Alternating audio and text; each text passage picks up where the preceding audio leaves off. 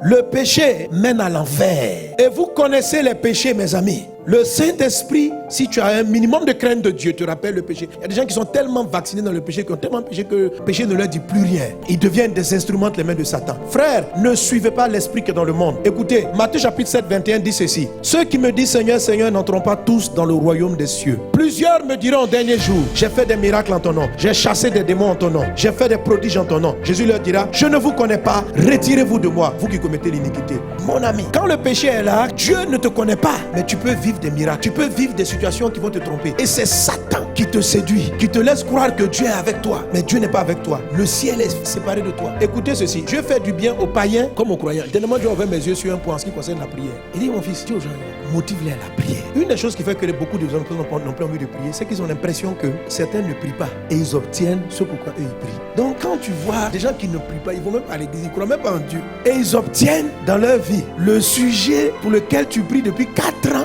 c'est frustrant. C'est frustrant. Tu cherches du travail, et puis tu vois des païens vaccinés, dangereux. C'est eux qui ont ce travail, c'est eux qui ont la promotion, c'est eux, les portes sont ouvertes, leurs affaires fonctionnent. Maintenant, il y a des chrétiens qui disent, on ne prie pas pour tout. Écoute-moi, on prie pour tout.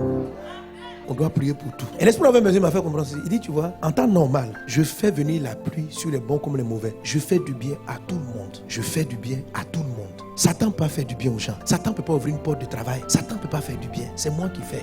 Mais pour t'attirer à ne plus prier, Satan ne combat pas ceux qui sont dans son camp afin d'attirer les chrétiens à les convoiter et à se détourner de la prière. À se détourner de la prière. C'est-à-dire qu'il amène les gens à se dire au fil. C'est-à-dire qu'il ne les attaque pas. Parce que Dieu est bon. Dieu veut que ses enfants mangent. Dieu est bon. Dieu veut qu'ils aillent à l'école. Dieu veut qu'ils réussissent. Dieu veut ça pour tout le monde. Il a créé les humains. Il les aime. Il dit, je fais tomber ma pluie sur les méchants comme sur les bons. Et il dit, mais Satan n'attaque pas la promotion de certains pays. Il n'attaque pas. Et à la limite même, il va essayer de leur faire croire que c'est lui qui est l'auteur. La Bible dit, tout don parfait, toute grâce excellente vient d'en haut. Dieu a dit à Jésus, tout pouvoir, quand Jésus est monté, tout pouvoir t'a été donné. Jésus a dit, tout pouvoir m'a été donné. Jésus a tout reçu. Il dit, tout pouvoir m'a été donné. Donc ça, c'est le destin normal de Jésus. Satan vient lui proposer, tu te procèdes devant moi, je te donne le monde. Mais le monde, c'est une promesse pour Christ. Comment tu peux lui donner ce que Dieu lui a déjà donné? Et Satan le fait. Lorsqu'il voit que quelqu'un, il voit ton étoile, que tu es prévu à briller, il va te dire, si tu cours, si tu ne rentres pas dans notre secte, tu ne vas pas être élevé. Mais si tu rentres, tu vas être élevé. En fait, il ne t'a jamais élevé. C'était dans ta destinée. C'est la raison pour laquelle vous allez voir que les œuvres occultes ne vont pas recruter leur proie dans les endroits des pauvres. Ils vont toujours dans les grandes écoles parce qu'ils se disent que l'élite est là-bas. S'ils étaient capables d'élever des gens, pourquoi vous n'allez pas voir les FM aller là-bas pour dire venez? C'est là que vous aurez connu qu'ils ont le pouvoir. C'est-à-dire, ils prennent des gens des plus pauvres, des gens qui ne vont pas à l'école, mais ils sont là dans les universités, dans les grandes écoles pour recruter. Dès l'instant où tu commences à être un cadre, tu as un petit poste et puis tu es brillant, tu résous 2 ou 3 exercices, ils viennent et puis ils t'abordent. Rejoins-nous dans notre groupe. Rejoins-nous. Pourquoi ils viennent aborder ce genre de personnes? Parce qu'ils n'ont aucun pouvoir d'élever les gens. S'ils avaient le pouvoir de faire réussir, ils auraient pris les gens qui étaient dans la boue. C'est là on leur aurait dit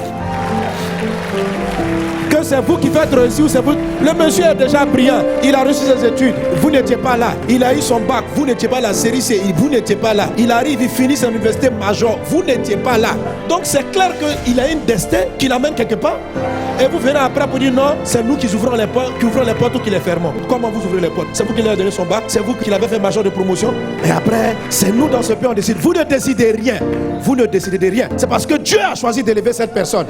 Et de la même manière qu'ils arrivent devant Jésus, il dit tu te procèdes, je te donne le monde. Le monde a été donné. Jésus dit tout pouvoir lui a été donné. Il dit à Adam et Ève, si vous mangez le fruit, vous serez comme des dieux. Dieu a créé Adam et Ève à son image. Il dit, je vous crée, vous ressemblez à Dieu. Il vient leur donner l'évidence. Tu manges le fruit, tu deviens Dieu. On t'a déjà dit que tu es comme Dieu. Écoute, Satan ne peut en aucun cas contribuer à ton élévation ni à ton abaissement. C'est toi-même qui vas t'abaisser. C'est toi qui vas te corrompre avec le péché et qui peut faire que maintenant il pourra t'arrêter. Ou une fois que tu t'es corrompu, soit il laisse Dieu continuer à te faire grâce, soit maintenant parce que tu lui dois, il va essayer maintenant de t'arrêter. Mais il ne peut pas bloquer quelqu'un qui reste dans la voie de Dieu. Que Dieu a décidé d'élever, il ne peut pas l'arrêter.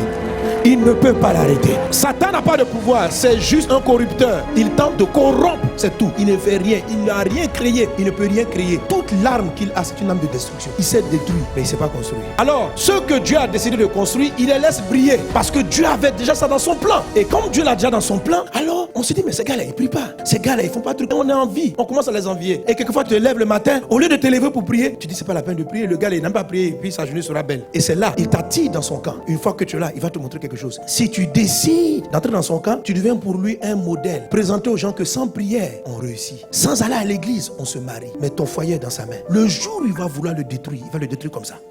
Tant qu'il peut t'utiliser comme modèle pour attirer la jeunesse, il va le faire. Tu es juste un appart. Montrer aux gens que sans jeûner, sans prier, on peut réussir. En fait, il t'a pas fait réussir.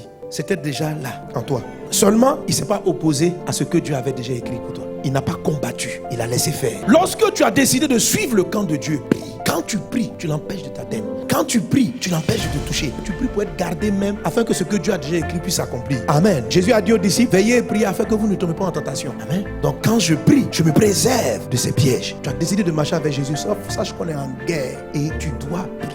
Tu dois prier. Tous les faux chrétiens que tu vois en train de réussir, ils ne savent pas qu'ils appartiennent à Satan. Le jour il va faire comme ça, il va les détruire comme rien. C'est pourquoi Jésus va dire à ces gens qui ont fait des miracles et des prodiges, il va leur dire, je ne vous connais pas. Il dit, mon enfant en ton nom, mais ce n'est pas vous qui êtes puissant. Le nom de Jésus est naturellement puissant. Quand un vrai chrétien dit au nom de Jésus, Satan essaie de combattre parce qu'il a peur. Mais quand un païen satanique dit au nom de Jésus, il va laisser que ça marche. Parce que tu es le modèle même que d'autres chrétiens doivent te suivre. Tu peux continuer à vivre l'impudicité et eux aussi vont dire au nom de Jésus, ça va marcher. Donc Satan va te faire croire que tu peux vivre dans l'impudicité. Tu peux être un pasteur, un prophète adultère, cherchant les femmes dans l'église, et puis ton église continue de croître. Il ne va pas empêcher les gens de venir dans une église d'un pasteur adultère. Parce que ce pasteur devient un modèle satanique pour les gens, de croire qu'on peut être là, tromper sa femme, tromper ses enfants, faire n'importe quoi et prospérer. Et les gens seront là derrière de tels prophètes, derrière de tels pasteurs qui ne sont pas le modèle de Dieu. Demain, tu sais, le gars, la fille de prêcher, il frappe toutes les jeunes filles de la chorale.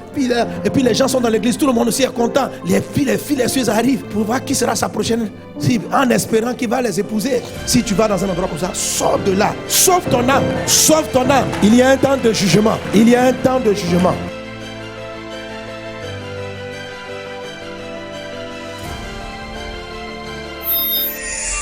Fils révélé.